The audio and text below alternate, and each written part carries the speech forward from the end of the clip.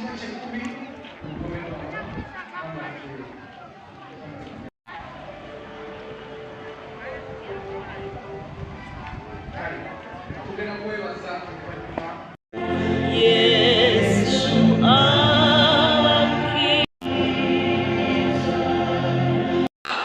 bw'osonyiwa oba owanguddwa eri abantu bangi kubanga eri abantu abatukosa abooluganda ole n'akakukosa ng'akigenderedde oba akuvumye oba akoze etya naye ng'akigenderedde bannange nakyo kibi.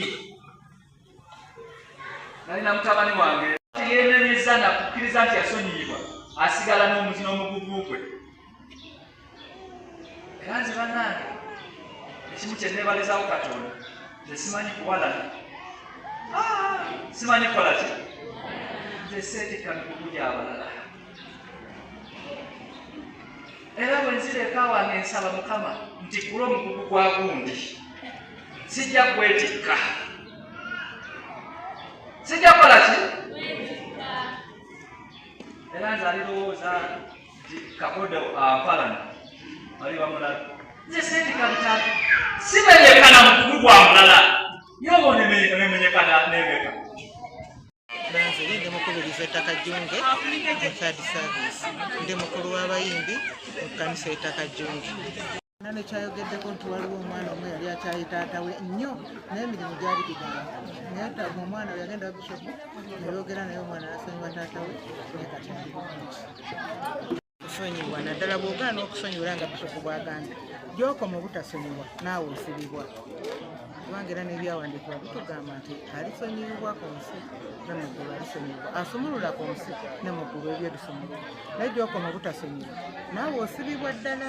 Kati tukubiriza abantu bonna oba omuntu yakola ekintu kinene kikamala oba kikola kitya osonyiwe buli ota omutima gwo ne guteera ddala n'obeera nga naawe osumulukuse naye buli otasonyiwa obeera n'omugugu munene ngaogwo weetise obeera buli kaseera otambula okutonzeddwa.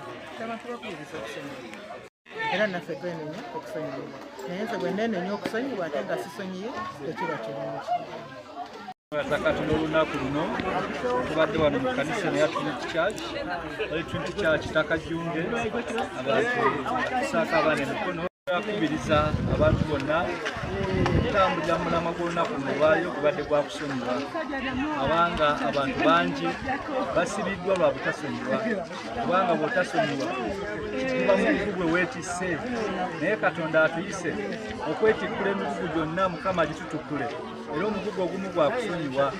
Nsaba okusonyiwa tubeere mu maka nsaba mu families mbeeremu okusonyiwagana mu bitundu bye tubeera abantu bakosa bannaabwe naye katumanye nti Mukama atuyitidde okusonyiwa tubeere nga tusonyiwa ate okusonyiwa kugenda wala.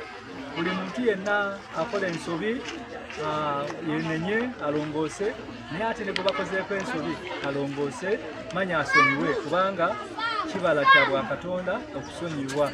Saba ne gavumenti kubanga tulina abantu bangi abakola bye baagala naye n'okusonyiwa kizimba eggwanga lyaffe okugenda mu maaso. Babeerewo okusonyiwa n'okusonyiwagana eggwanga lyaffe lireete okutabagana okwo tuleke tubeere mirembe naye tugende mu maaso. Kikkaatiriza era ntera kyogera mu bantu bembeeramu bazadde basomesa n'abaana kusonyiwagana nsonga nkulu nnyo. Ate bw'osonyiwa era nga Bishop bw'agambye sonyiwa ate weerabire.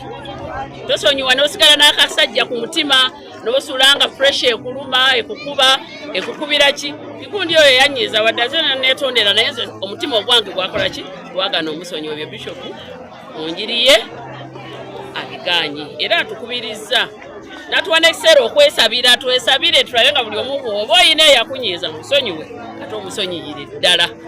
Kale ekyo omwagenda abantu baffe era ekkanisa ye twadde pulezidenti w'eggwanga lino ne maama Janet abamyuka pulezidenti cabinet parliament local governments kama bonna bakozesa ebyosiima wawa okusonyiwa weetaaga okusonyiwa era n'ekisa weetaaga ekisa mundi obulabike mu ggwanga lyaffe okusinga mbere tugenda mu Mukama okakkanya obunuyi n'obusungu okwagala kukole bulungi. Tusabidde Mukama Kabaka waffe wa Buganda era ne bakabaka balala bonna ebala omululu okumukuuma n'okumulabirira n'Abagereka, webale olukiiko Katikkiro n'olukiiko, abakungu ba Kabaka, ab'amasaza, ab'emiruka, abatongole era abazaana n'ababeere nabo kubanga nokuyitibwa kunene olw'okutebeekeza emirembe n'okulaakulana mu nsi yatwe. Yeemenyezza nakukkiriza nti yasonyiyibwa asigala n'omuzino omugugu gwe. Era nze bannange ekimu kye neebalizaawo Katonda, nze simanyi kuwalana, simanyi kukola ki, nze seetikka migugu gy'abalala. Era bwe nzira eka wange nsaba Mukama nti kula omugugu gwa gundi sijja kwetikka, sijja kukola ki. Era nze alirowooza nti Kakodo ampalana bali bamulala, nze seetikka bitabi simenyekana mugugu gwa mulala yobo nemenyekana nemeka. Okwogerako wano bw'obanga Mukama anaakuyinzisa okusonyiwa, mbagambye abooluganda, lwaki tusonyiwa? Ekyokulabirako kyaffe ye Mukama waffe Yesu. Mu kitiibwa kye kyonna yasonyiwa. Abooluganda, bw'oba onoosonyiwa osooka newejjako byonna, newejjako obukulu bwonna, newejjako obulungi bwonna. Eri abamu baganye okusonyiwa kubanga bamala bali supa bayitirivu nnyo baasukuluma. Bw'oba onoosonyiwa omuntu kusagasire yonna gwali bw'osooka newejjako nga Mukama waffe bwe yejjako. Mukama waffe yali kabaka, yali mukulu, mwana wa Katonda, naye laba bwafuuka ssaddaaka ku lwaffe abantu obuntu. N'atusonyiwa byonna ebinene n'ebyategerekeka, kubanga amawulire bannanga abantu bakola ebintu niyo oba oli akoze kyengana kitya kasajja mu kubeerawo kwa Katonda Mukama amusonyiyirawo. Kalwaki tosonyiwa? Bannange sonyiwa. Kale n'onoosonyiwa ekisooka osooka kumanya nti naawe wasonyiyibwa. Bannange naawe toli ne malayika baawe oba otugenze lwa kitabo kya Yuda naga ne bamalayika abataakuma bifo byabwe baasibira ku njegere. Era ng'otamba kino sijja kukola ki? Oba tosonyiye wabula oba oguze oba otuuze.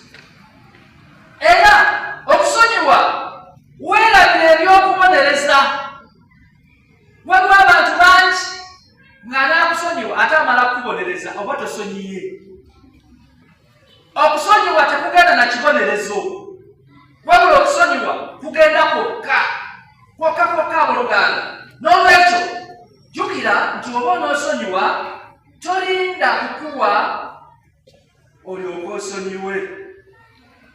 Tokkiriza kibonerezo olyoke oba omuntu ekisonyi omugambe nkusonyiye oba tosonyiye, oba osasudde oli ekijja mu kibonere mu musango gwe.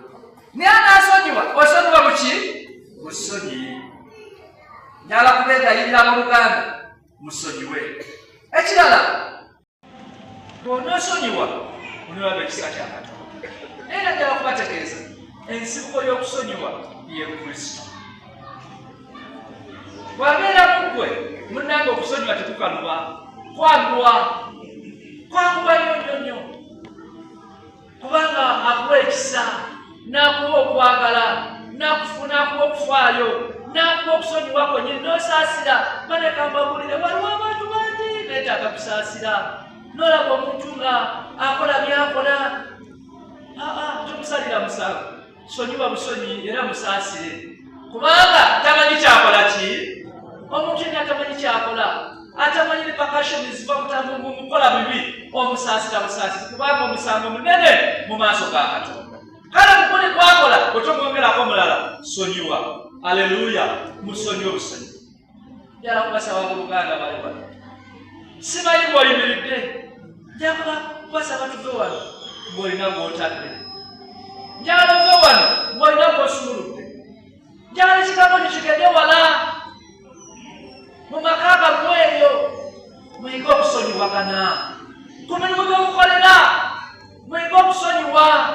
Tulabyeko abakozesebwa nga babakama baabo obutwa sonyiwa kyonyeko abakozesa nga bali kuba batwala bagajo basonyiwa kubanga yanasha musonyiwe mikwano gyabwe musonyiwe kubanga kirabo okiweeyo nga kirabo okiweereyo ddala okite njakusaba ni mu gavumenti yaffe mubeeremu okusonyiwa abirira ffenna ng'abaweereza bwe tuli wano era mukama wange nga bwe nakutegeeza omulundi guli zikiza nkutegeeze nti abantu bano n'ensako yaffe bagituwadde teri abanja ku ffenna twebazanya abantu n'ebitongole eby'enjawulo n'amasomero gonna agatulinaanye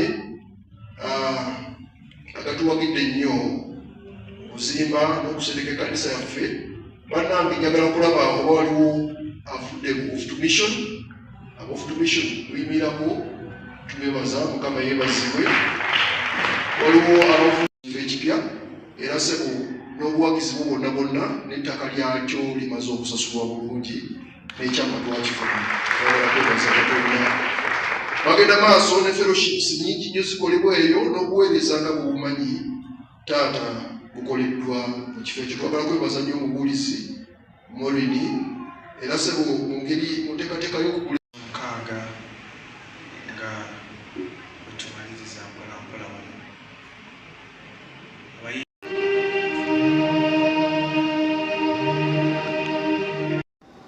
kale nno musigale nga mulya bugaati bwammwe temufaayo naye njagala nkwaniriza abaweereza bano ssebo kadde waffe omulabirizi abali awamu naffe Reverend Kanoni Jeff ne Reverend Cyrus Mulwana Assistant Vicar ku kitebe ky'omusabadikoni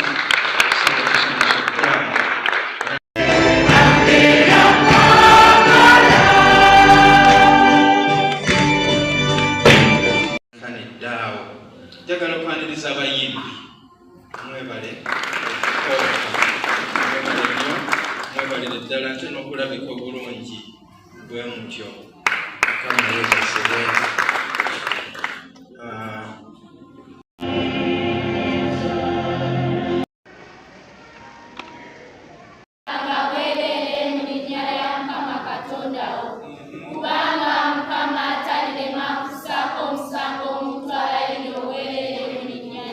kale basindika mugende mubeere baweereza mu kkanisa